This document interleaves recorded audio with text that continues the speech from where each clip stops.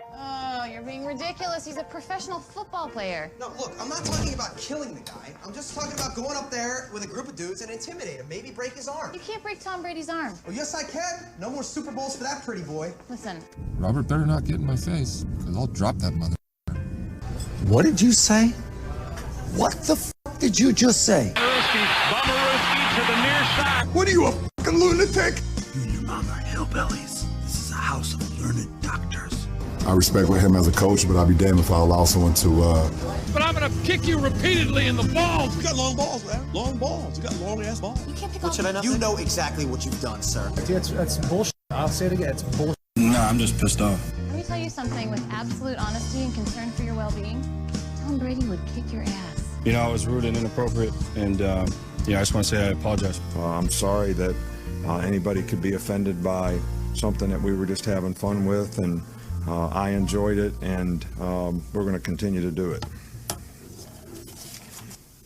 And welcome to this week's episode of the Ricky Williams Trilogy. I am your host, Duke Thompson, with my co-hosts, the Moose and John B. Easy Janelle. How you doing, boys? I'm happy to be here. Doing great, man. Especially because we're celebrating a special occasion today. Yes, Moose, tell them how long we've been doing this, and we haven't got fired yet. Well, we haven't gotten fired. That's a pretty good sign. Nobody's left yet, and we gained a new guy just over a year ago. And ladies and gents, tonight is our 50th episode. And 5-0, man, 5-0. Whoop, whoop. 5-0, dude. 5-0. 50 weeks, my friend. Crazy. They thought we couldn't even last 2, man. Hey, we've done it. We've done it. We've proved the haters wrong. Well, because I remember on our website, the very first few messages we got, they told us to just go ahead and give it up. You no talent hacks. So you're awful. Yeah. Right. Gosh, you need talent to do shit like this, please, dude. I tell you, man, mothers can be so mean sometimes, right? I know, man. Mothers can be so mean. Especially the Moose's mom. Mom? I think that was the Moose's mom who said that, right? When the very first one. So if my mom listened to this podcast, she'd make me go to penance every Sunday. So no, it definitely wasn't my mom. Oh wow, that's probably why that she heard the first episode, put a message up there and hope that you would find Jesus. Yeah, she's HR now, by the way. So, right. Got to promote the family members, man, because we're all family at Fumarisky. And thank you for listening to 50 episodes of us. This is the most longest commitment I've ever had with a job. So I can say I'm proud. No, man. You worked at that movie theater for a long ass time. That was off and on. That was when I was young and stupid.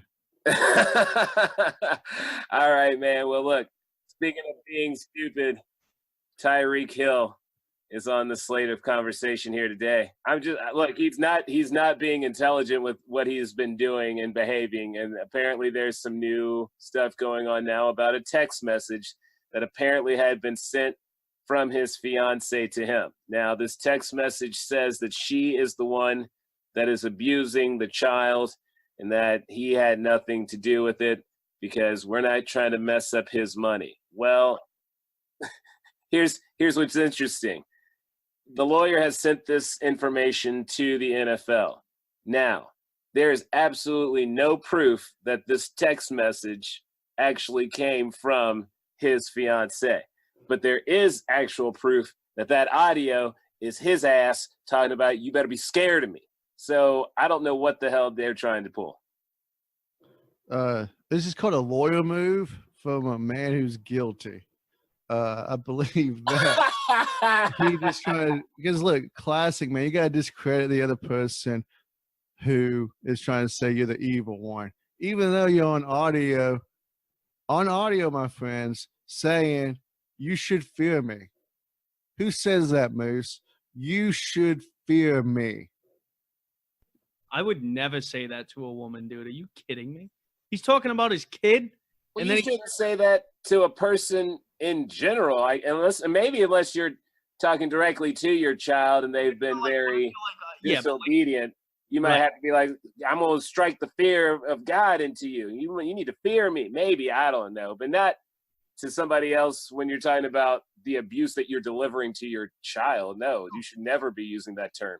No, it's horrible, dude. That poor kid right now is stuck in the middle of this, doesn't have his mom or his dad because he's been taken away. And for this shit to pop up, first off, Tyreek Hill's a scum, okay? He's a straight-up scumbag, and he shouldn't be allowed to play football. And in the fact that we're like now like, oh, it's okay, we'll take him back. Like, that's what I'm seeing on Twitter right now is like, oh, we'll take him back. Did you hear what he said, dude? Like, dude, but you know he's going to be taken back. You like, that's not even a question, man.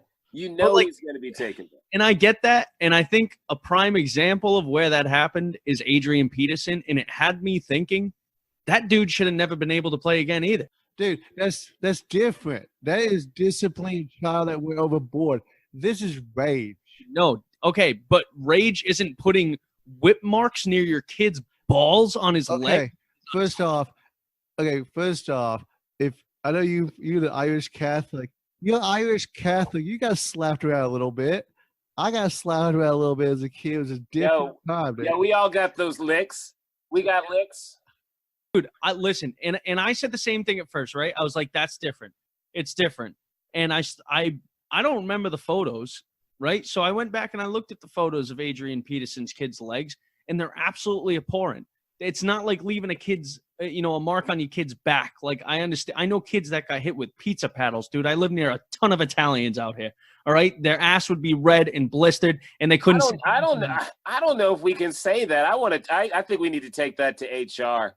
Assuming Italians use pizza paddles to beat their children, I don't know if we can say that. Hey, well, like they do. I don't know what you want from me, okay? Well, you can't just say they do and generalize them. The Irish use Bibles out here, and the Italians use pizza. Okay? And if you're offended by me assuming that Italians around here have pizza paddles in their house, then that's just stupid. Okay, I'm gonna be straight. You don't understand how many Italians don't. All right, and they all love pizza. We all love pizza. All right. I love pizza too, man. But look, I could have been beaten with a pizza paddle. So could have the Duke. You don't know who's getting beat with pizza paddles, man. Also, when you get beaten with a Bible, it doesn't leave any bruises. That's not true, man. There's some hard copies. Oh, that's true, man. I'm sorry, I got beat with this leather bound, man. You know what I mean? The leather bound. But the thing, with Peterson, he did his time, dude. I mean, like, he didn't beat his kid all the time. This sounds like a case of I beat my kid any time he fucking looks at me the wrong way. Like, hey. Now, that is true, man. This does sound like downright like daily abuse of like a toddler, man. Like he's like constantly punishing this kid by punching him in the chest. That's a child, dude. Right. I'm not sitting here and saying it's not bad. I understand it's a completely different situation. Tyreek Hill, there should be absolutely no question that he doesn't touch a football again. But it took me back to Adrian, and I looked at the photos, and all I'm saying is, like, if that happened today, if that happened. Yeah, but I mean, again, that's still like, it feels like even though that happened, that was more of, as Duke is trying to say, an isolated incident. Where it sounds like the abuse against this child is a regular, everyday occurrence that has just now been brought into light. Like the fact that the kid's arm had been like apparently broken maybe multiple times in the reports, that the kid is being punched on a regular basis. Like that's not being beaten with a belt, dude. That is downright getting beat up, and you're a child, man. That's not even close to the same. Like I know what happened to Adrian Peterson's son was messed up, but that's not even close, man. That's two different levels of abuse. It's two different levels of abuse, but it's still abuse, dude. That's what I'm saying. Yeah, like, but I mean, where's the mark is all I'm saying. Like, because one is somebody getting spanked that went overboard, and the other one is somebody getting fucking put in a prison system every day. Like, that's not the same. Weed right next to his balls. Like, you probably have some fucking anger issues. No, dude, here's the thing. If Adrian Peterson was beating his kid because he acted up and he was being a child and needed discipline, that's one thing. Tyreek here sounds like he's hitting this kid because he had a bad day. Kid's crying, punch him. You don't punch people in the chest for discipline, dude. You ain't hitting it with a belt, but dude. Yeah, man. Because again, this is more than just. I mean, it's psychological abuse when you're just beating up a child for crying. Telling them basically like man up. Like, oh, you're crying because you're 3. I'm gonna punch you in the chest till you stop crying. What sense does that make, dude? Dude, the guy should be put in jail for the rest of his life. The guy should be put in jail for the rest of his fucking life, and so should the woman. So should she, because to do this to a kid, and I'm just as mad. Believe me. Like I heard this audio, and I was pissed. Like, could you imagine being that poor 3-year-old boy? Like, no, nobody can imagine that. And I understand that Adrian Peterson is an isolated event, but it still happened. He made his kid bleed near his genitalia, dude. Like, can you imagine? I'm not saying what happened there wasn't wrong, dude, but that feels like, again, like more of an isolated incident where rage got in and he went too far. But that you know of, though. It's just because he got. Well, I feel like now with the attention it got, we would know.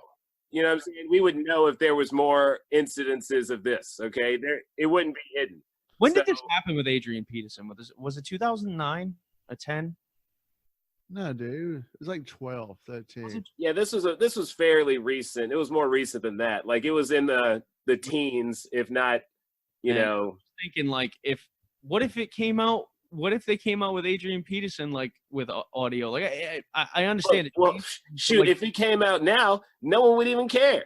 They'd be like, well, at least he ain't punching his child on a regular basis. Like, I mean, I'm telling you, no one would view it. It's still abuse, but like just the idea of a child being punched every day for just being like this kid is supposed to be living a pampered life.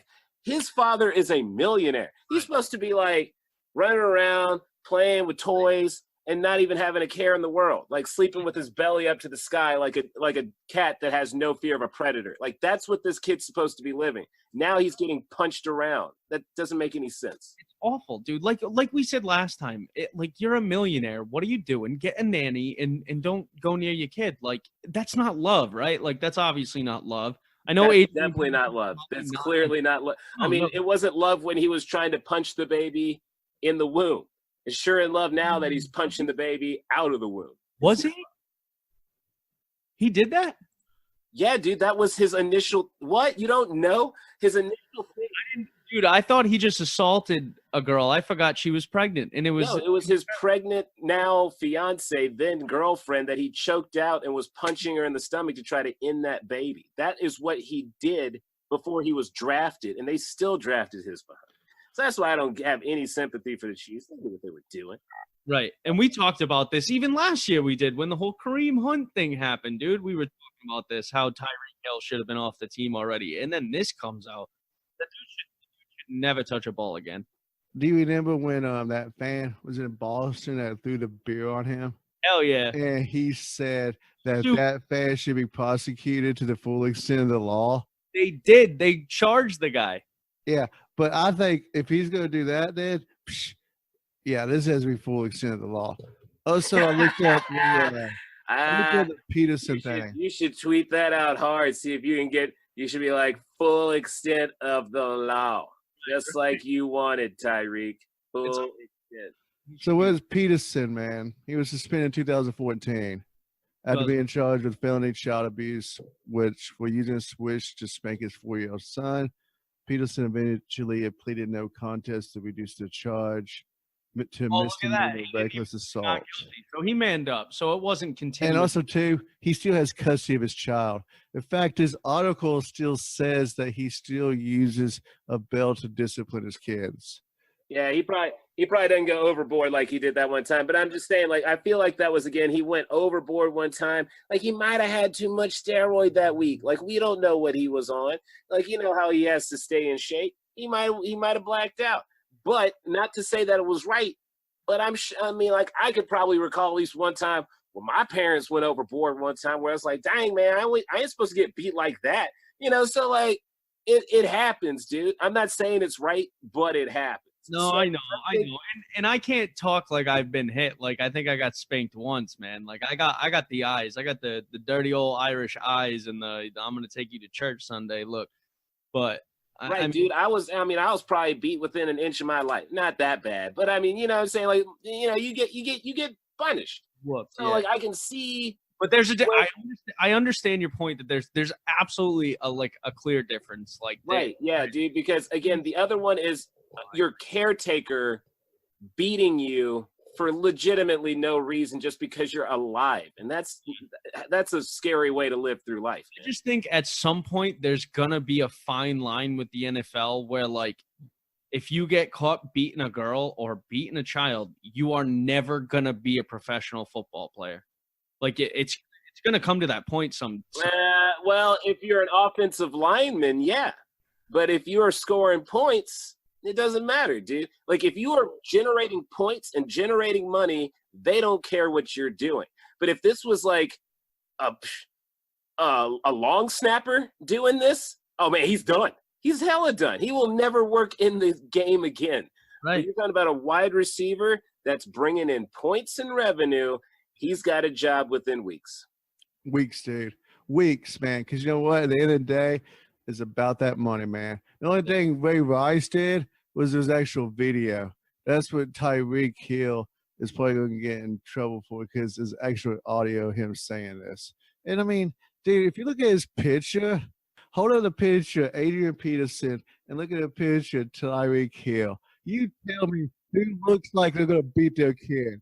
Dude, I'm saying it's about your eyes, dude. Your eyes are your winner of your soul. You look at Peterson, you say that he's a good guy. He's got a kind heart, man. But man, there's just some fierceness. You can look kind and still be devious, man. Dude, there's fierceness between Tyreek Hill. Like, he's has he got beat as a kid. He's just doing the same. No one said that he didn't. No one's saying that's right. I'm not saying he is just continuing what his parents taught him, man. That's all. That's what's sad. And that's probably true. Ultimately, dude, you're probably speaking the truth. I know. Well, what do they say? You're a product of your environment. Well, look, if you look at his eyes, dude, you could tell he's lived a life, man. That Tyreek Hill has seen some shit. Yeah. And I mean, he fucking looks like he had a rough life, man, growing up, proving anything wrong, man. And, you know, I'm sure his parents, were the fucking toughest on him, man. And I'm sure he got beat. Like, so what we're saying, though, is like some people can't save themselves, because there's plenty of people that come out of a situation like that. Sometimes the scars run deep, man. Right, too deep. I mean, you know? Yeah, I'm not going to sit here and I get it, but I don't fucking feel bad for the guy. No, I mean, I don't either, because you can change. The question, I'm not excusing the man. I'm just saying I understand if he is just continuing what he was taught to do, right? Which is the way because I don't know how to control you, and I don't know what to do, because I never had a parent showed me how to be a parent. So this is what I know how to do. Also, that whole idea, dude, your son can be taken care of for life. There's no reason you have to toughen him up, right? You know, this ain't the ghetto ass streets, dude. You gotta he's supposed to be one of the softest kids in the playground, you know? That's what yeah, dude. You go to school, son. You can open that business. You don't have to go sell no crack rocks. It'd be hard, dude. Exactly, dude. He was supposed to be the one that had the better life. And that's what you're supposed to be going and striving for. But I mean, he went the other way. And I mean, that's unfortunate for that kid, man. But I mean, I feel sorry for him, man. Dude, my heart breaks for that kid. It just does, man. I could never imagine just getting repeatedly punched by a superhuman in the chest. Basically, yeah, because that man's job is to be in shape. So it's not like you're just getting punched by some, overweight man in his 40s that's been drinking beer for the last 2 decades. No, man, you're dealing with a human that is above and beyond what most humans are. I mean, it's all relative. You're getting beat by whoever you're getting beat by if you're being physically. No, I'm not saying it's either way. It's gonna be great, but I'm just saying he does that for a job. He's superhuman. He punches men. Yeah. 10 times the size of his baby in the chest and knocks them over. But there's a bunch of people that play football that don't do that, though. They hit harder every time. You know what I mean? It's just he doesn't know how to have that off switch, man. And that's on him. And he has some deep scars that Tyreek Hill has to deal with, because, man, what a talent that guy was, man. It's true. But hopefully in Kansas City, we'll be able to turn things around with our second round pick. That's right, everybody. Kansas City Chiefs went out of their way to pick up a wide receiver coming out of Georgia by the name of Hardman, I believe. Yes, Hardman. He's coming out of Georgia, and we're hoping he's going to be able to change things for us because clearly Tyreek Hill ain't going to be on the team. Well, you lose a lot with Tyreek Hill being gone. Oh, you don't say. You don't. Yeah, you guys were losing a lot anyway. You guys cleaned out your defense. You guys cut. It's weird what you guys are doing this offseason. Hey man, well at least we got Clark. I mean, I'm happy with that. There's at least a little ray of sunshine in the midst of all this terribleness. I mean, it's all because Patrick Mahomes just had to be on the cover of Madden, huh? Just had to put him on the cover. Is he on the cover of 20? I didn't know that. Yeah. Dude, you know what that means? He's gonna get hurt, dude. No, it doesn't mean he's gonna get hurt. It just means Madden curse is real. Be garbage, dude. Tom Brady didn't get hurt. Yeah, Brady didn't get hurt, but he had a garbage year for Brady. Hey, you watch your fucking mouth. It was a garbage year for Brady. Anyway. I'm Tom Brady. Look at me, I'm Tom Brady. He didn't have the greatest of Tom Brady years. I'm pretty sure he didn't win the Super Bowl after that. So for Tom Brady, anything less than MVP is not good enough for Brady. After that, what's up? He made it to the Super Bowl.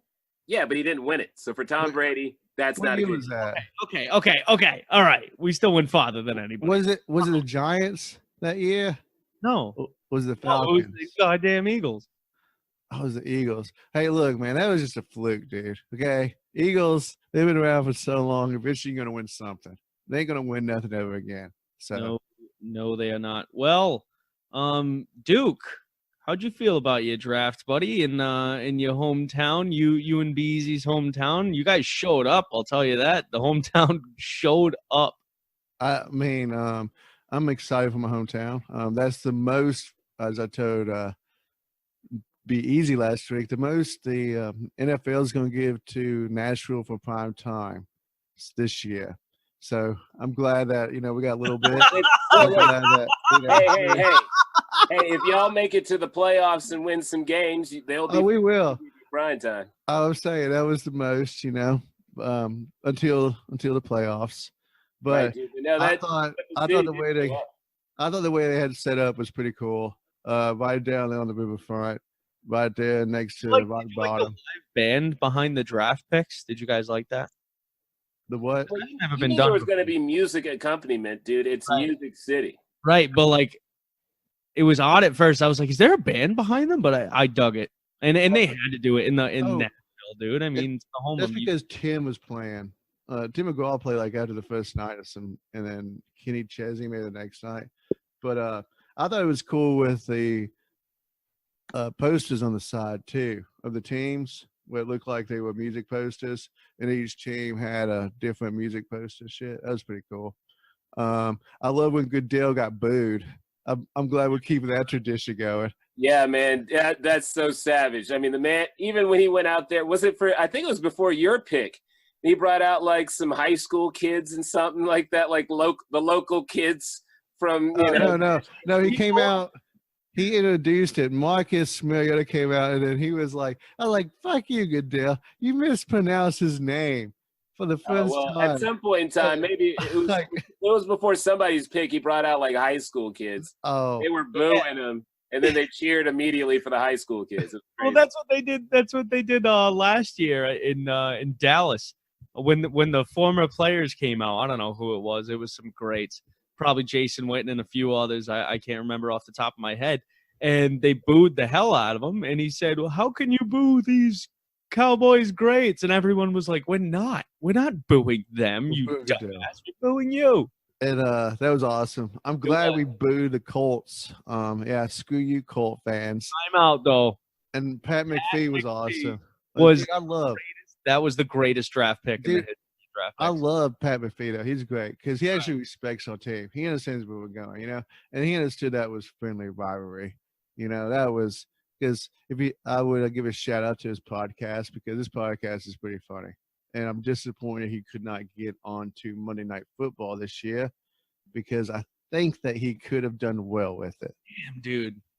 Like, All from a come on. hashtag he started that with a month ago. I know, dude. That would be badass. Like, Right. Like him Like, doing Monday Night Football. For him, dude. I would have loved to see that guy on Monday night. He'll get he'll get a shot someday. But my beef though was with ESPN when our draft pick came out, and we took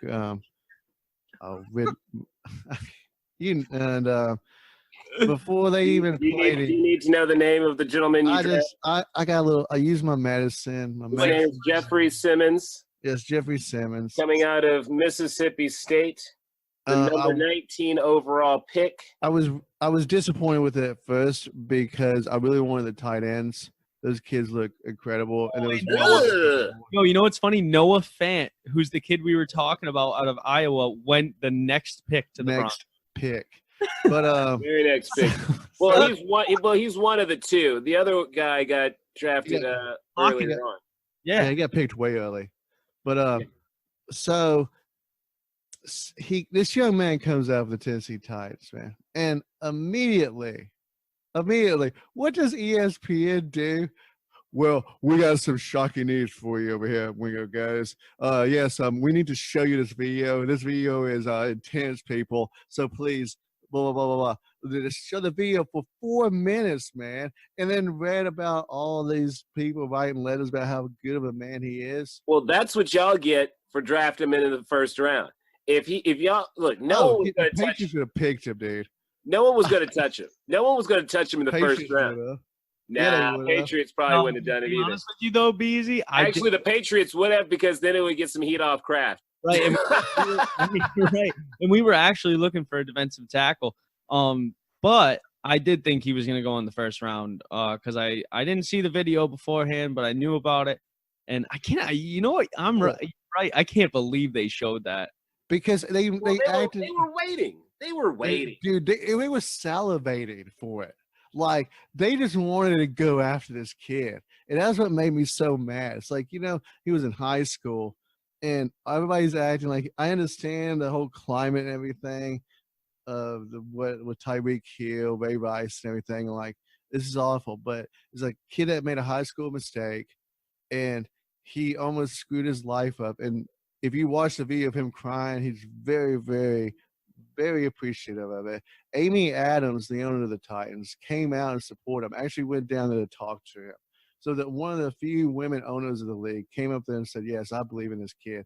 He's changed his life around. But ESPN didn't show any of this. Wasn't it like 6 years prior to? Yeah, it was when he was in high school. So, I mean, high school. Yeah, he was not probably of right mind anyway. But still, if he does anything bad, they're going to bring this up, and they're going to make y'all look terrible. So he better be minding his P's and Q's. No, he will. I was just more upset. I didn't know he was hurt. I didn't know he tore his ACL. So yeah, he tore his ACL apparently in practice. So yeah, so I was like, oh man, because I wanted a player like come out immediately because with rookies, your first year is the hardest. So basically, I think we had to sit him this year, get his ACL healed fully, so he's really playing his rookie year next year, so he can't really start developing till the year 3 years in. That's kind of sad about. But AJ Brown, what a beast, dude. That kid's going to show up. I think he was better than Metcalf, actually. So. All right. Well, you're getting a little ahead of yourself. We still haven't even talked about what happened in the top area of the draft. Oh, your boy, man. Eli. Well, hold on. We got to at least say who the number one pick was. We still haven't even mentioned the number one overall pick. Man, we all knew who was going. We did, man, but we got to talk about the controversy that came with it and the situation that is now Josh Rosen on a different team. Dude, we knew that was coming, man. So last year, everybody, Josh Rosen drafted early in the draft. As a matter of fact, the Cardinals went up to go get him.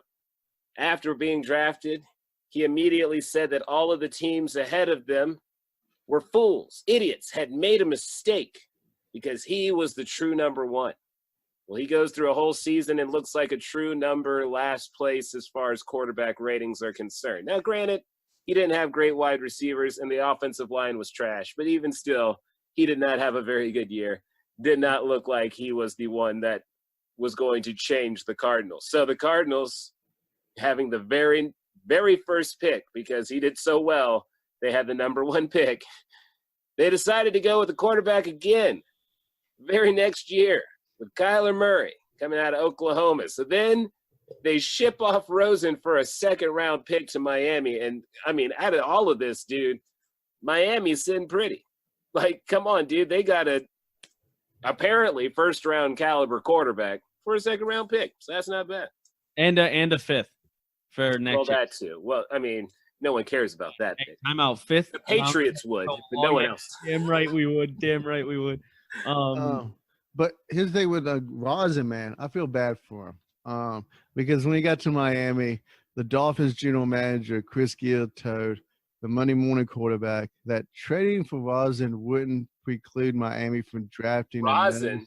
Who's like a Rosen bag? It's Rosen. Rosen. That trading for Rosen wouldn't preclude Miami from drafting another signal caller next year. So basically, they're saying, he could be, if they get high up enough next year, they could take another QB and bye Josh. That would be hilarious, man. I would love it if he turns out to be like the stepchild no one wants in the NFL. They're like, anytime, because no one believes he's going to change anything. So they're like, you'll be good enough until it's time for us to get Tagovailoa, and then you're out of here, buddy. Like, that's basically what they said. Yeah, I mean, either him, Jake Fromm, or God, I forget the other kid. Not the kid out of Clemson. Is he eligible next year? Yes, I believe he is. No, I don't think the kid from Clemson is, because he was a true freshman last year. So I think he has to at least go 2 more years. Right. Interesting though. I mean, to be fair with that video that Rosen put out, he looks good putting that video out. I mean, he doesn't look as much of a double doucher as he did before. Ask me how excited I am to have Josh Allen, Sam Darnold, and Josh Rosen playing against us. What's really sad is Josh Rosen is going to somehow beat the Patriots. Oh, in Miami. He's on the Dolphins, and he's going to be able to use that to increase his resume. It's fine. It'll be Miami. I already told you we're going 13-3, and one of those losses is going to be in Miami. Oh yeah, dude, and it's going to be Josh is going to throw out of his mind. He's going to have some amazing games. 5 touchdowns. To see it. They'll still only win 4 games out of the year, but it'll at least make his trade value a little better, because they can be like, hey, you remember when he beat Tom Brady? Now, granted, it was a Tom Brady nearly 50 years old, but it's still a Tom Brady.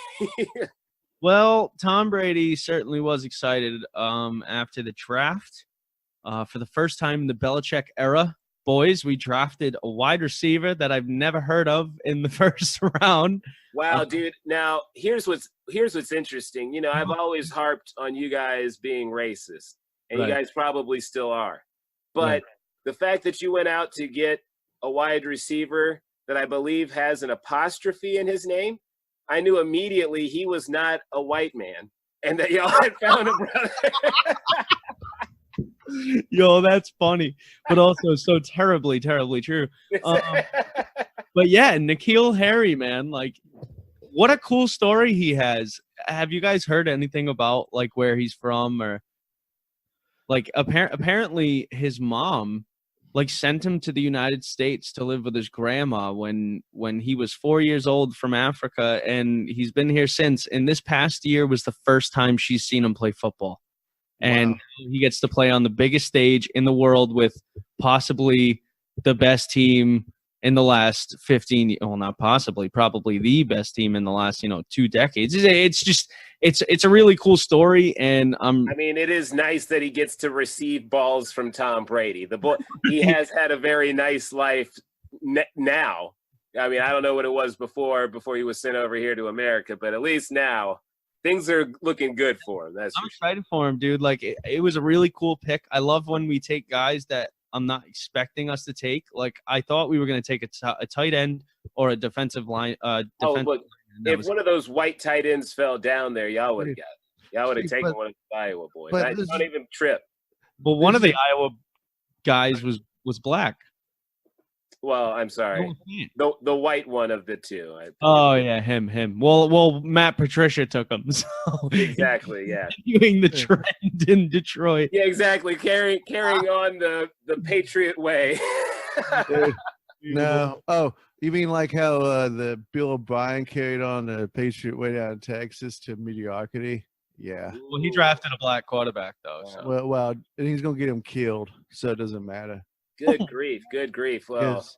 But the thing things are getting dark. We might need to take this to a halfway point and come back with more draft conversation here after we return with another half of the Ricky Williams trilogy. Stay tuned because the Moose has got news for us.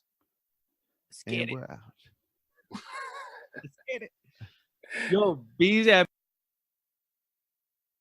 Welcome back, ladies and gents. Thanks for holding on with our break there. We are joined again by me, Moose. I got my boy Duke and my boy Be Easy with me as well. And it's time for your Fumblerooski Weekly Sports News Update. With the first pick in this year's NFL Draft, the Arizona Cardinals selected Kyler Murray. Josh Rosen was on his way to Miami the next day, getting shipped for a late second-round pick this year and a fifth for next year. After all is said and done for this year's draft moves, the Dolphins will now have 2 picks in rounds 2, 3, 4, 6, and 7 next year. And boys, I'm guessing they're also going to have the first overall one because they still suck. Damn. Tyreek Hill's attorney issued a detailed denial of child abuse allegations made against the Chiefs wide receiver in a recording that was released last week, while also accusing Hill's fiance of abusing their 3-year-old child. 200 women in professional hockey have gone on strike. They will not play for any professional hockey leagues in North America until their demands for health insurance and livable pay are met. And finally, former running back Jamal Charles has retired from the NFL, signing with the Kansas City Chiefs for a day in order to retire officially as a Chief. He finishes with the most yards per carry in NFL history with more than 1,000 attempts at 5.4 yards per. What a career. Also, I'd like to give a shout out to Chris Johnson, who also signed a one day before the draft to retire as a Titan. 2 of the most dramatic running backs for their careers may have been short, but they made an impact. So I wish but they did have, I guess, shorter careers for running backs, but I mean, they still weren't like the shortest running back careers. No, but they were just amazing when they were, amazing when they were here. I mean, Chris Johnson's problem was he signed that contract and was like, well, now I ain't got to show up to work. And you're like, wait a second. Homie, you still got to show up to work. He's like, nah, man, I'm going to buy me a car with some rims. That's right, man. That's right. Speaking of somebody who could buy a car with rims, it sure probably won't be Daniel Jones from the from Duke University. The Giants picked him up because why? Eli decided to pick his successor, and he looks just like him, probably talks like him, walks like him, and yeah, so Giants decide to take a QB from Duke when the Ohio State kid was still on the board. Look, not only Ohio State's quarterback, but even Iowa's quarterback was still on the board. Like, no one wanted this guy. No one wanted Jones. Not a single person in the draft. Like, when the GM for the Giants was claiming that he had known for a fact that 2 other teams were trying to draft him, we were like, yeah, and who are those 2 other teams? Because it doesn't look like any of the teams that were between your pick at 7 and your next pick wherever, not one of those teams in between besides the Redskins who got the quarterback they wanted. It doesn't look like any of the other teams were going to get a quarterback. I mean, you're looking at teams like the Lions – or sorry, they were the 6th pick. But the Lions – they're not going to go away from Matthew Stafford, so that's not going to happen. You think the Green Bay Packers are just going to get rid of Aaron Rodgers? I wish. The Bengals are going to still deal with Andy Dalton. So there's absolutely no one in between their 2 picks that was going to actually go after that kid. Quit lying. Just say it's because he's white. And also, he's got all those ties to Duke University because Duke is one of the whitest schools in America. Right, but like the thing is he probably would have been available at 17. Why did they not take somebody more valuable? Well, that's what I was saying with that. Yeah. Like, what are you talking about? Like, the other thing is At they 17? past 20. Like, if the Patriots came around at 32 and he was still on the board, we might have taken him. Obviously, we didn't see what we wanted in Drew Lock out of Mizzou, who went. Thank God. But that's the only, honest to God, like the only team on the board that I could have seen taking Danielle. See, look at what I'm doing. He's a Giant already. Daniel Jones, and the reaction from the crowd at MetLife Stadium was to die for, dude. Not one single person in that entire stadium was happy. Not one single Giants fan because the draft was happy. Because they knew what happened, dude. They knew that Eli chose who was going to go after be his successor, knowing that it's going to be someone not good enough to take the job immediately. Hell, he might not even be good enough to take it in the next 3 years. Like, he knows what he's doing. So like, he's literally got this bum of a quarterback that he claims is good so that he can just take another 2-3 years as the quarterback for the Giants and not have to worry about it. Here's my favorite part, guys. Gettleman, the GM for the Giants, said that he was sold on Mr. Jones when he played 3 drives in the Senior Bowl. Now, if you guys don't know what the Senior Bowl is, it's like probably worse than the Pro Bowl. You imagine? These guys don't go out. It's exhibition. It's the Pro Bowl. They're there to just kind of really, the Senior Bowl is about meeting up with the NFL coaches and practicing and getting your name out there and making contacts. The game isn't supposed to be taken too seriously, and it shows Gettleman doesn't know what the hell he's doing. Now, I'm going to put my little conspiracy hat on here, okay? So, now this proves how much this proves how much power Eli has in his organization, man. I mean, he is just like this to it, man. I would argue that he has more power than LeBron does in L.A. because L.A. Lakers ain't that stupid, but the Giants are. So I think Eli is going to become the GM within 2 to 3 years after they file Gettleman, because Eli wants to be with his organization, and he just doesn't want a statue out in the front yard. He wants a fucking power. That's the Mannings, dude. This is another example of the Manning Mafia. When Eli got drafted, his daddy said, "You ain't going to the Chargers, son." And they traded – the Chargers picked him, then they traded him to the Giants. This is another example of why the Manning family should be disbanded out of the NFL and disowned. Well, Daniel Jones trained with them. He's a suck-up. He trains with them. So, yeah, of course he had some influence. I bet Eli was like, oh, I've already trained with this kid, blah, blah, blah, blah, blah, blah, blah. Dude, Eli got a coach fired last year when they said that he should have been gone. They should have moved on from him, dude. Right. Like, I mean, are we arguing that? If you're going to be like, man, you're a garbage quarterback, then what's Eli doing out there? I mean, I'll say that quarterback also probably got fired for putting out Geno Smith, you know. Yeah, because he was black. Yeah. I like Geno. I think Geno's got a hot up. He had to go to the Jets, which dumpster fire. They ain't going to get traded. Well, it's not as bad as the Giants dumpster fire. Again, they have a lot of – I mean, you get a terrible quarterback that you claim is good. And my problem that they have is that they won't just say that the reason they drafted this guy was because he was good. They keep saying, well, we know somebody else was going to get him, so we decided to jump on him early. Well, that's not an excuse. The excuse you should say is that we felt he was a very talented quarterback and he was one of the best quarterbacks in the draft. That's why we drafted him. But the fact that they didn't even think to say that as their rebuttal means that they know that ain't true. Man, I mean, he played at Duke for 4 years. Like, give me a break. Yeah, and he also, his claim to fame was doing well at the Independence Bowl. I mean, what the hell is that? Okay, no.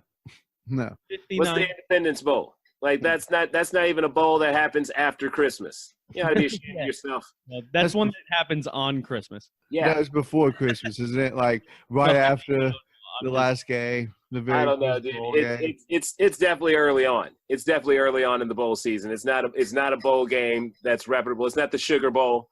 It's not the Chick-fil-A Peach Bowl, whatever the hell they call it now. It's not any of those bowls, man. It's not the Fiesta. It's not the Alamo.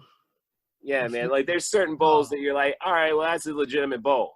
But when you're talking about like, hey, they're in the Papa John's or the Amtrak Bowl or whatever.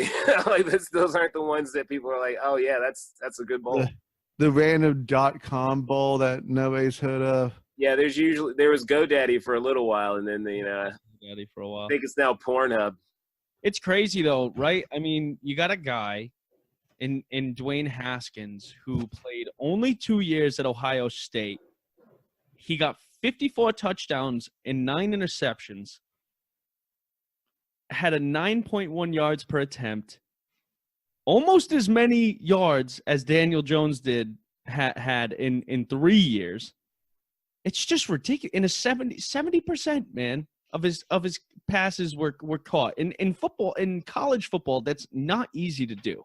Right. Like he also did it. Like Ohio State has the creme de la creme out on wideout almost every year, but yeah, I mean the kid Daniel Jones, he's got 52 touchdowns. He's got less touchdowns in 3 years playing against worse defenses, and he's got 29 interceptions against worse defenses. He's garbage, dude. Garbage. Listen. I'm not going to go as far as to say he's absolute garbage, but he definitely does not deserve what he's receiving. No, and it's not his fault. Like, it really isn't. Like, this kid's like, what, 21, 22 years old? Like, I sort of feel bad for him because he's coming into a situation where he is already not only not wanted, but they don't like him. Yeah, it's true. It's true. Well, because, he's this elitist that just got something handed to him because he's part of the, country club, family. Like, it's clear that, he didn't roll in with a posse. He had like his agent and his mama, and he's like, all right, here we are. We're going to go get some money. I know Eli. I know Peyton. Yeah. They give me a job. And they're talking about the reason he's such a good athlete because he can dunk a basketball. I'm like, there's a lot of people in the NFL who can dunk a basketball. Right. That does not mean. Have you seen Mookie Betts bowl, bro? There's plenty of people that can do other stuff. Like, right, exactly. So you're telling me just because he can dunk, and they didn't even say he's good at basketball. They said he can dunk a basketball. What are you talking about? Like, that doesn't mean he can shoot. Doesn't mean he can do anything else. It just means he can jump high enough to put a ball in a basket. That's it. And what does that matter? He's not a receiver. Exactly. So don't What's care. he coming for, huh? Like, come on, people. Come on, Giants. I mean, he's just jumping to maybe get hit to the ground harder when a defensive tackle pummels him. He's going to get hit, dude. He's going to get hit hard. He's going to get hit hard and often. So congratulations, Giants. You found your future quarterback, Daniel Jones from the University of Duke, which is only hasn't been relevant since Steve Spurrier back in the day before he coached Florida.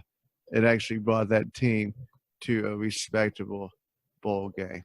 Well, before we move too far off of the draft, gentlemen, I wanted to bring up everybody's favorite quarterback in Denver, John Elway, because again, he has pulled the rug over the eyes of the fans of the Broncos by drafting a quarterback who had been falling as far as draft value is concerned. So now he's going to make it look like, oh, well, I got a bargain with this one. So when he does well, I did good. But you already know that the quarterback that you just got has stated that he doesn't help rookies. So now you get a rookie that's going to apparently be the backup to a guy who's not going to help him in any kind of way. So he'll be set back a couple of years because he's not getting first snaps. I don't know what you're doing, John Elway, but you are secretly sabotaging that team yet again. I mean, if anybody else had drafted him at that pick, it would have probably been a good pick. Like, honestly. Exactly. He's a pretty good quarterback, dude. He's got some pretty good numbers.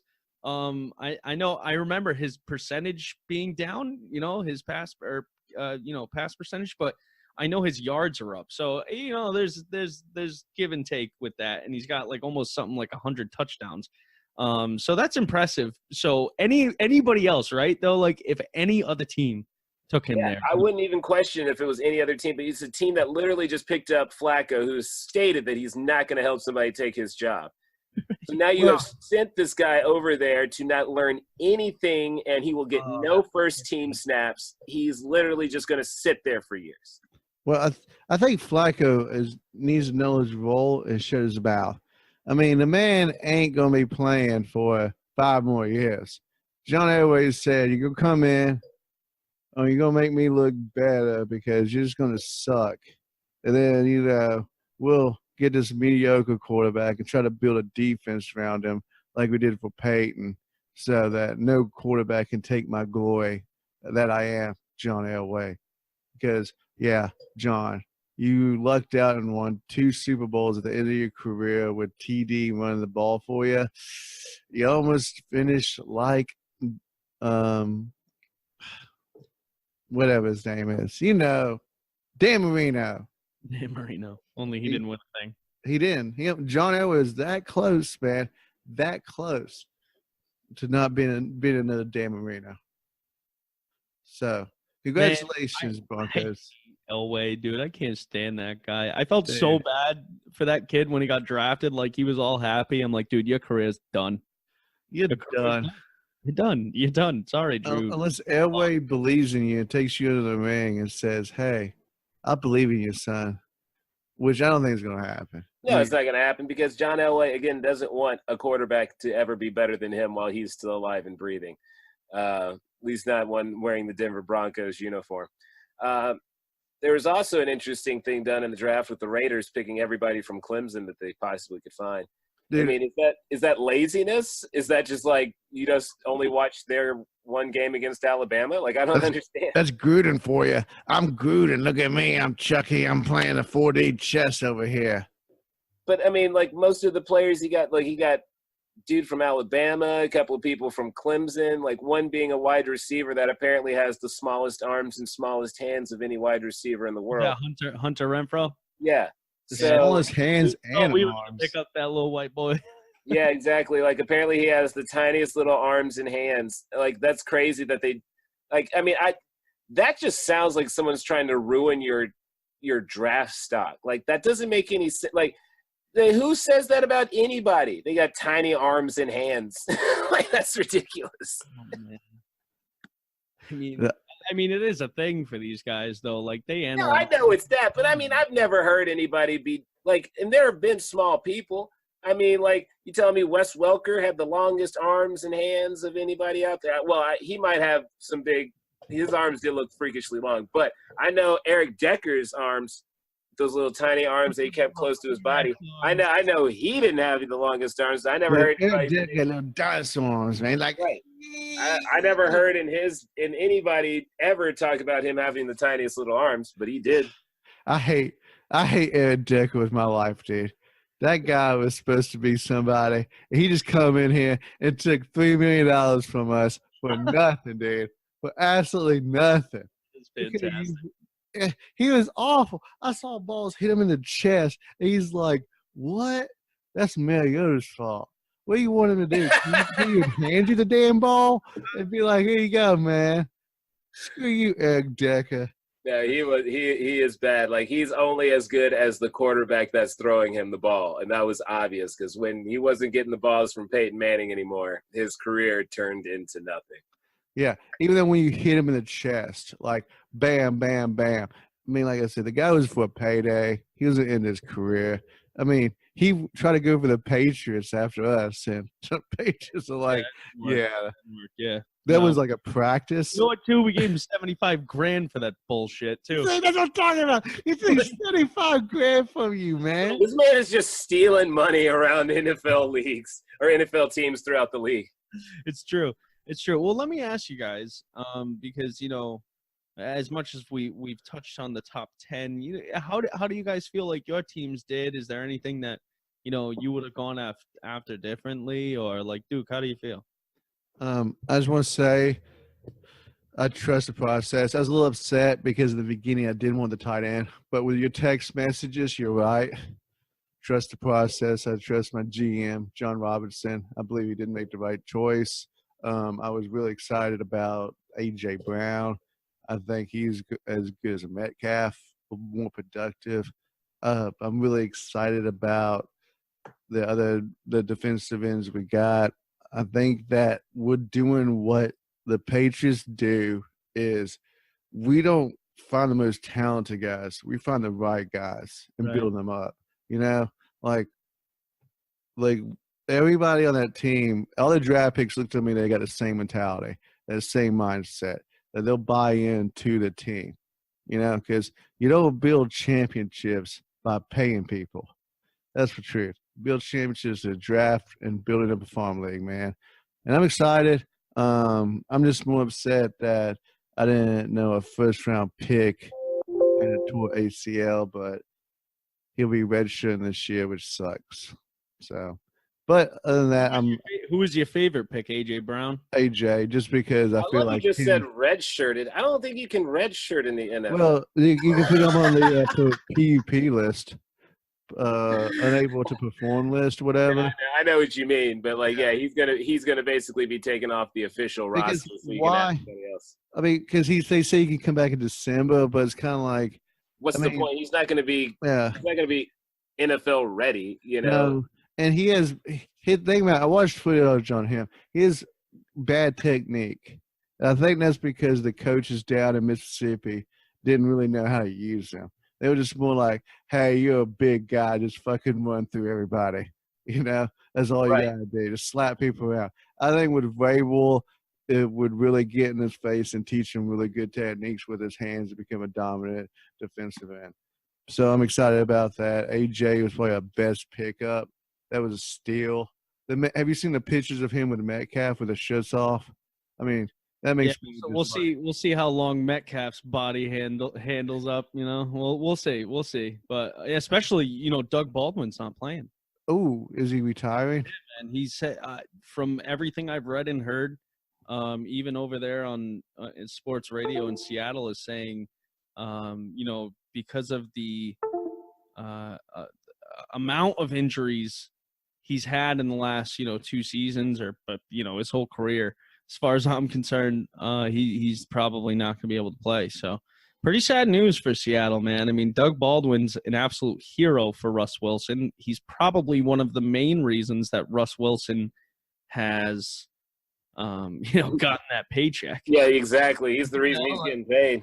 And now he can't play, and so DK Metcalf, you know, comes out and, you know, he met Pete Carroll without a shirt on. I thought that was kind of odd. That's what do you think? Do you think young buck, young shooter? I mean, I'm sure he's going to be really good for Russell Wilson. He's a massive dude. I'm curious to see how, you know, that body holds up after time, because he looks more like a defensive end. He does. I'm glad you care about his body. Well, the man claims to have 1%. The man is chiseled out of stone. Let's hope he doesn't break like it. Well, I mean, someone else looks like they're chiseled out of stone these days, and Christian McCaffrey, like he looks like he's been doing a little extra, man. That don't look natural. That man is taking a needle to the buttocks. Yeah, that don't look right, man. I don't care how ripped your daddy used to be. That don't seem like that's natural. Christian McCaffrey, I gotta see this. Oh, it's monstrous. But yeah, the photos of him. I mean, he looks like he should be in the ring doing WWE, man. The man is popping every single vein in his body. But while he's looking that up, be easy. How'd you feel your team did in the draft? Well, you know what? We needed to address certain things like the defense, and we seem to do a lot of that in this year's draft. So, I mean, it made sense. I mean, really, they just did things that made sense. They drafted defense. They went and got a wide receiver since we're not going to have Tyreek Hill anymore. And then they also went out of their way to get a running back. But that's like pretty standard, you know, behavior where it's like you lost a top wide receiver, you lost a top running back. I guess you need to go get a wide receiver, and you need to go get a running back. So, I mean, we did literally everything you would expect us to do. Nothing was out of the ordinary. It's just like, all right, that's what we're doing. Fair enough. Who was your favorite? Who are your guys' favorite? Or I already asked you, Duke. What was your favorite pick for your squad there? Be easy. Yeah, I mean, I don't know. none of them have wowed me. But I mean, I guess I'm cool with the guy from Georgia. I mean, whatever. Yeah. Maybe he'll be able to compliment Sammy Watkins pretty well, because I guess that's our new number one. Well, that's sad to say, but we're going to. That's what's going to happen for right now. So, you know, hey, maybe Patrick can get it done. He might have to do a little more with his legs this year than he did last year. But hopefully the running back that we picked up, hopefully he's got good hands. I don't know. I don't really know. I didn't check into that. But hopefully he's got good hands coming out of the backfield, because we're going to need somebody that he can check it off to. Right, dude. You're going to have absolutely nobody. Oh, didn't somebody pick up Spencer Ware? Did you guys pick him up again? I don't think we did. The Colts, I believe, picked him up. Yeah, I think the Colts got him. Okay. Man, I'll tell you though, it was interesting. I couldn't believe we took a wide receiver with our first round pick. Like I could. Well, a wide receiver of that hue as well. Right. Like I thought we were gonna jump up for Hunter Renfrow like way too early, but I'm glad we didn't. To be honest, I didn't know much about N'Keal Harry. From the footage I've seen since, he looks like a really valuable asset for good old Tom Brady. I'll tell you, Jawan Williams, too, he's going to be a star cornerback in this league someday. Another great story, that kid. My most exciting pick has to be the crazy white dude out of Michigan, Chase Vinovich. The only reason I know him is because I watched All or Nothing on Amazon Prime, and he's an absolute nutcase. Like, he'll be at the line. He's a defensive end. He's at the line and he's telling guys, you better block me. You got to block me. And then he'll hit the quarterback and say, I told you to block me. And he's a nut. He's got hair down to his nips, like beach blonde. He's just a nut. You guys got to look this kid up. He did, you know what's funny? So his first year at Michigan, apparently Madonna's daughter was going to Michigan, right? And his family was all joking about him at Christmas or Thanksgiving. And they were telling him like, oh yeah, you couldn't date that girl, blah blah blah, you could never get her on a date, Chase, like you're this, you're that. So he dated her, and he even went as far as to take ballet lessons as well. So he's an absolute nut. I'm super pumped. 77, number 77 in the draft. He was not supposed to be that high. He was supposed to be a 4th or a 5th round pick. So obviously we see something. Dude, your kid out of Vanderbilt, man, 45th pick. Oh yeah, Jawan Williams. Yeah, dude, that kid is a stud. He is a stud. You do not have any idea. You're playing at Vanderbilt in the SEC, and that kid went out there and dominated. I mean, you guys had just picked extremely well. Right. Also wanted to ask you too. Sure. Did you guys pick Tom Brady's successor? Ooh. So maybe we did. Jarrett Stidham out of Auburn, little stud-looking dude. He looks good. I mean, to be honest with you, I don't know much about him. He played at Auburn. It looks like he had a pretty good career. He looks like he can sling the ball, and he looks like he's got better legs than, good old Tommy boy. So, no, I think it's a good pick. I mean, I feel bad a little bit for Danny Etling, who we picked up in the 7th round last year. I thought he looked pretty good, but apparently he is just not the man we are looking for. Apparently, Jarrett Stidham, he went farther back than most were anticipating. So I think we got a pretty good pick. I mean, his numbers aren't astonishing by any means, which is probably why we picked him where we picked him at 133. But interesting pick. We'll see. Could be, could not be. We don't know. But here's the deal. You guys don't pick the most talented. You pick the right players. Yeah, coachable player, somebody that's going to – and you will build them to be the greatest things ever. I don't know. Maybe, dude, who knows? I mean, Tom Brady could even have seen something in him that he didn't see in other quarters. Maybe he's got an Eli Manning effect. I don't know. I know he hasn't trained with him. It's they probably wanted Daniel Jones, and that's what it was. So they settled. They settled. Everybody wanted Daniel Jones, according to the Giants. Everybody wanted him. Gettleman, man. What a guy that is. But they just said the wrong name. Everyone saw more than 3 plays and didn't want him. That's probably what happened. 3 drives, my friend. I love you said 3 plays. You reduced him to 3. He did 3 good plays. Might as well have been. It's the Senior Bowl, dude. It is. You It might is as well a have Senior Bowl. parked your car, looked over the fence, saw him throw a ball, and been like, "Yep, that's him." Gettleman, what a joke. Speaking of being a joke, my friend, the Pittsburgh Steelers look like they're becoming jokes now. Mike Tomlin was at the draft, of course, down in Nashville. He was asked about Antonio Brown and Le'Veon Bell. And he referred to it as a cleansing that they're gone. A cleansing. Oh my I mean, he got religious about this, y'all. Like, it's like the Pittsburgh, it's like the Pittsburgh Holocaust, dude. That's messed up. yeah, cleansing. He used the term cleansing. Oh, that's touchy. There's been a cleansing, That's if touchy. you will. Oh my God. Well, look, I don't know if it's been a cleansing, but they don't have those players anymore. And if they don't somehow muster a winning season, he's probably out the door. It's not going to be Big Ben. How can Big Ben's the problem? I know he is, but they just signed him to a long extension that no one's going to take. So yeah, we'll just cut his ass. I mean, they could, but they still got to pay him. I think Tomlin's out. They know that they're going to lose this year. They know the teams around them are way better than they are. They're planning for the future here, dude. That's why they picked up Devin Bush with the first pick. That was a good pick. Why they picked up freaking what's his name? Jesus Christ. No, Dante Johnson was their wide receiver. Oh, Justin Lane was another one at the 83 pick, a D-back. And Devin Bush looks sick. He's sick, dude. That dude can play.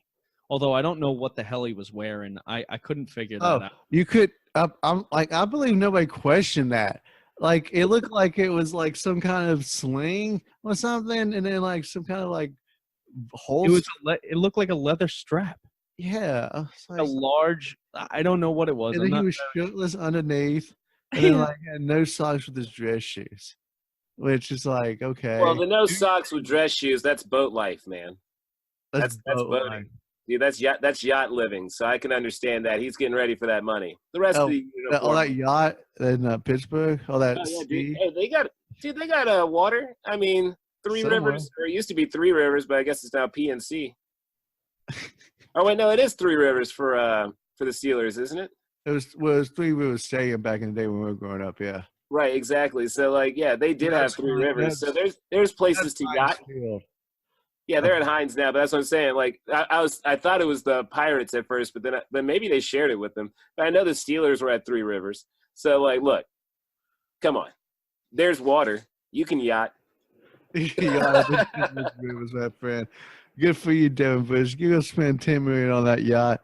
You go up and down that river like you're nobody's business, man. Right. Looks like a good kid. And I mean, from what I saw on All or Nothing too, he's another Michigan kid. Same thing with Rashawn Gary, dude. Their defense was just, even though they got blown out by a few teams, I mean, they did. Didn't they get blown out by Ohio State and Michigan State, which is Ohio State's been whooping on Michigan for like years now. That's going to be expected. Oh man, that's like the biggest game for them too. That and Michigan State are the two biggest games up there. What's so funny is that I don't think it's a big game anymore for Ohio State if they're just constantly beating the mess out of you. No. Well, it's a big game if you don't win. Right. I guess so. Sometimes rivalries are very one-sided. Very one-sided. Like Pat McPhee came out and said the Titans and the Colts, yeah, I know. It's been 11-0 since Andrew Luck's been whooping our asses. I know. So thank you, Pat McPhee, for bringing that back up. But I love you, though, because you deserve to be on Monday Night Football, though, for real. That'd be awesome. Him and Booger out there on the Boogermobile. Hell yeah. Let Pat McPhee take that Boogermobile up and down, dude. That's what I'm saying. So, well, you know.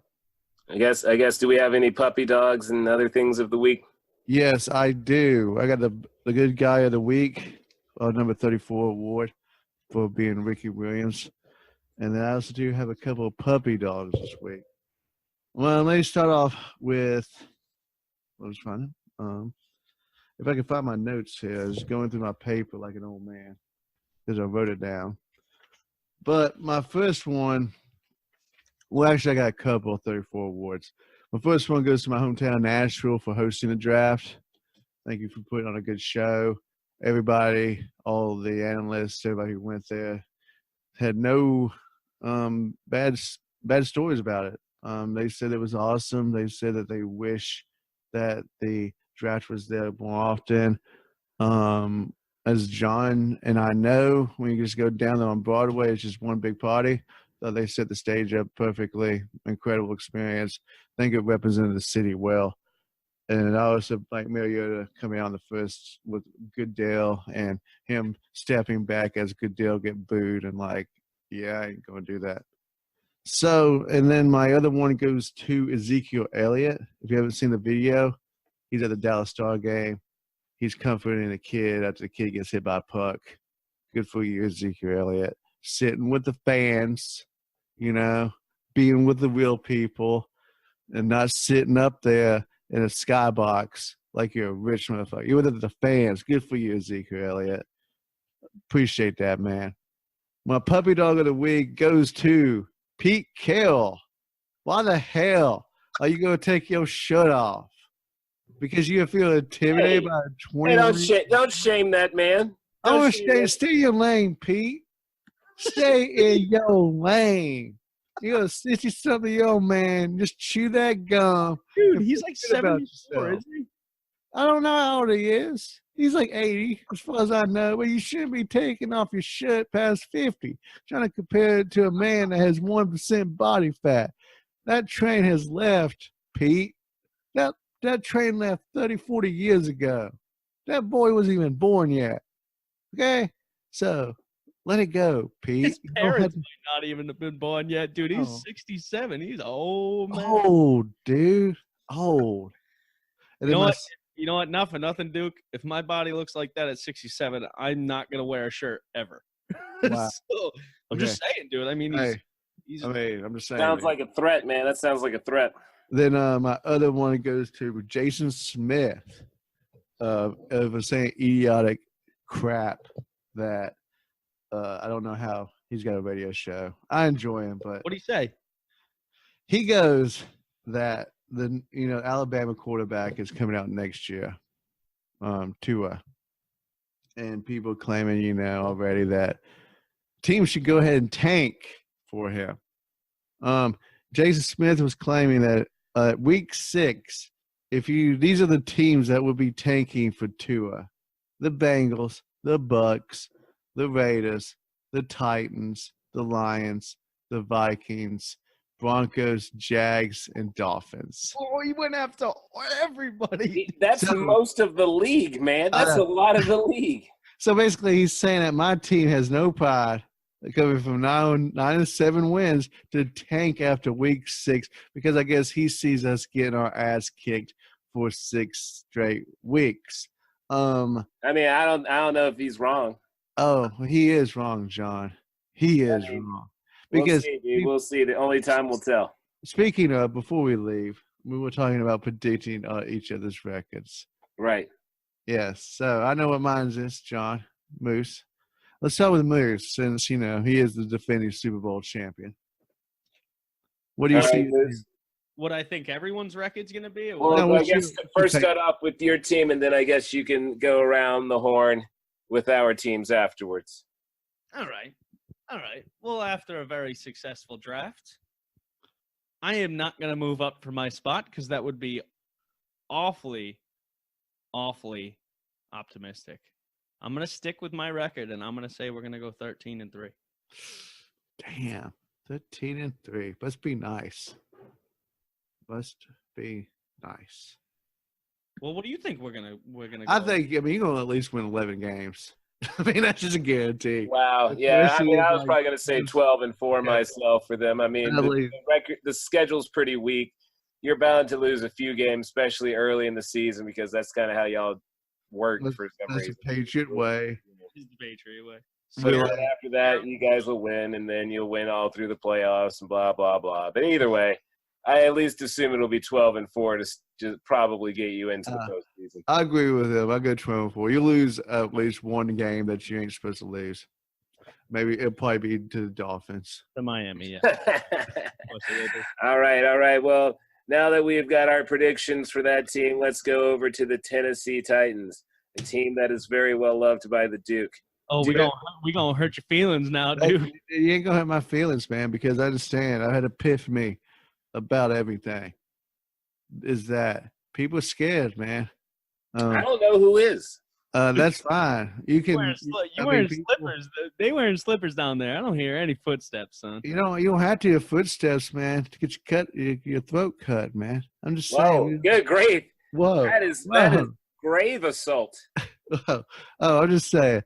After the draft. Tyreek on me now, Jesus. Oh, whoa! I'm not talking about literally. You shouldn't fear me. That's all. I don't say things like that. But you're like a Great Dane, son. Yeah, passive until you push me too far. But the thing is, after the draft, I feel good. John Bob said, I think we filled up a lot of needs. We still are missing a couple pieces I hope to fill through free agency, but that's going to come. Can't always get them all, especially unlike the Patriots, you have 12 fucking picks. I mean, and you still have 3 left. You only picked 10. Oh, I'm sorry. You still have 2. You can probably turn those into 8. We turned it into next year's pick. Yeah. So I feel good. We got what we needed. I say, look at the record, Mariota's going to ball out with Humphreys and Brown and Davis. Delane Walker come back. Arthur Smith, the offensive coordinator, whose first year, who's been with the team for 5 years, has survived 4 coaching changes, and is the heir to FedEx, I might add. He is going to be there. He's been Marcus for heir to FedEx. Yeah, his dad his dad created FedEx, dude. People don't know that. Ain't that nuts? He worked his way up in the NFL from basically a ball boy to being a coach and had no privileges. And his dad created FedEx, dude. Nuts, huh? And Delaney Walker actually asked him about it because he wants to keep on the hush-hush. And he told Delaney Walker, that ain't my money, man. That's my dad's money. Well, I love you. He's supposed to be trying to keep it on the hush-hush, and Delaney Walker's telling you. And Delaney Walker was on the team for 2 years to even know about it. Just blabbing. All you blabbing, man. He's trying to keep it on the secret. I'll keep it on DL. That's just for you guys. And you just blasted on the podcast. Hey, man, that's for 8 listeners out there. All right. Well, those 8 listeners are going to blab too. Going to bring it around, though. I feel good. I say 11-5. All right. 11-5. What do you think for their team there, Moose? Y'all going to hate me, Duke? Oh, that's fine, dude. I ain't going to hate you, man. I think that the Titans and your pretty little Marcus Mariota are stuck in a curse, and I think you will finish for a 4th season in a row at 9-7. Yeah, I'm going to go one less and say 8-8. But, damn. No, I'm serious. I mean, you'll still get, your victories, and you'll still have your losses, but I mean, to be fair, Bees, I mean, the Titans did have an okay offseason. I mean, they picked up Cameron Wake. Look, they picked up a defensive player they can't use. They picked up the same, garbage cornerback. Their first-round draft pick can't play. Nah, look, they didn't make a lot of changes for me to be like, y'all are going to be a threat. I just don't think they're going to be worse. I think they're just going to be the same. No, I'm not saying that they're going to be worse. I mean, are you really saying a team is worse going from 9-7 to 8-8? I mean, they're still about the same. I'm just saying there might be a little more hardships. They might take a few more losses they weren't expecting to hit. Sure, but psychologically, I mean, 9-7 just because it's a winning record looks better than 8. No, it sounds better, but I still think realistically they're going to hit that 8-8 mark, especially because again they don't have a lot of primetime games. There's not a lot of games for them to get up to. I feel like a lot of that, having games during the day is going to. I feel that's a good thing. We play the underdog role better than we do the dominant role because we don't understand how dominant. Yeah, but that's only if you're playing a team that you're not supposed to beat. But you don't have a season full of that. That we will overcoming that. We understood that last year. We got hyped up for those games that we won. It's a maturing process. And like I said, I think we're going to go and beat the hell out of the Browns that first game of the season. And it's gonna be.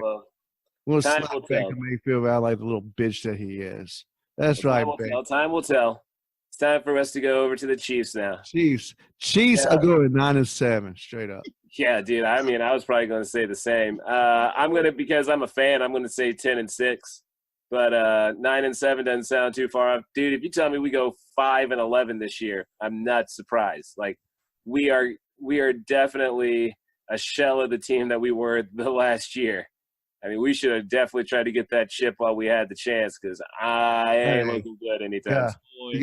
Dude, you would have had it if that guy was an offside, dude. That interception. Yeah, well, I freaked out. I freaked the hell out. I was like, oh my God, my best friend's going to get to see a Super Bowl. And no, Brady took it away. He did, man. He did. I mean, that's just, I knew it was too good to be true. So did I. It was a good game, though. It was a damn good Whatever. game. You were crying, Moose. I was sobbing for like 12 minutes straight, like while the game was still going on. We were in the middle of overtime.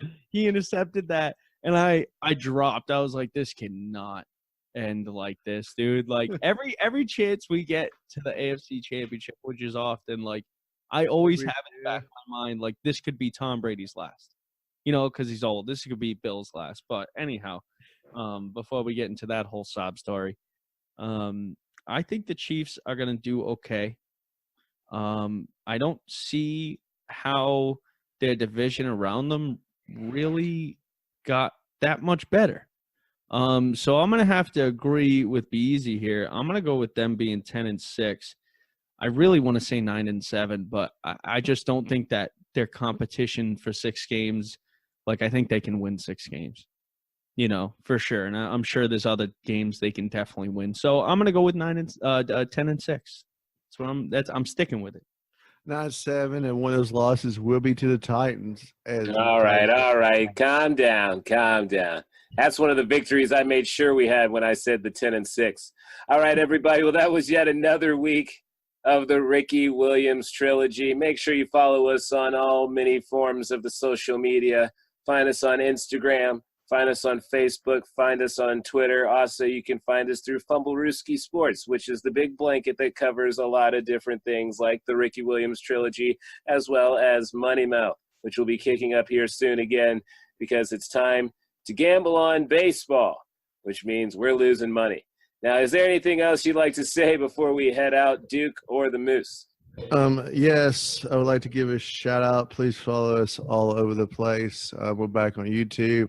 We've had a little slight problems with shows, but coming from here on out after the 50th, we should be getting them up every week on schedule. Please enjoy that. We'll get our Patreon up. So please like us, pass the word, support Fumblerooski Sports. And we look forward to next week. And I miss football, y'all. The draft just kind of gave me like a crack hit, and goodness, man, I just wish it was next week, man. Well, if you paid more attention to the AAF, maybe you'd still have some football. I did. I watched it. You didn't. No, I did not. Me either. I didn't help. I didn't help the cause. Well, I'm an ass. Well, everybody, thanks again for listening to the Ricky Williams Trilogy. Go Chiefs. Go Titans. Go Pats. Bruins suck. Bruins do suck. Bruins do suck. Fuck the Bruins.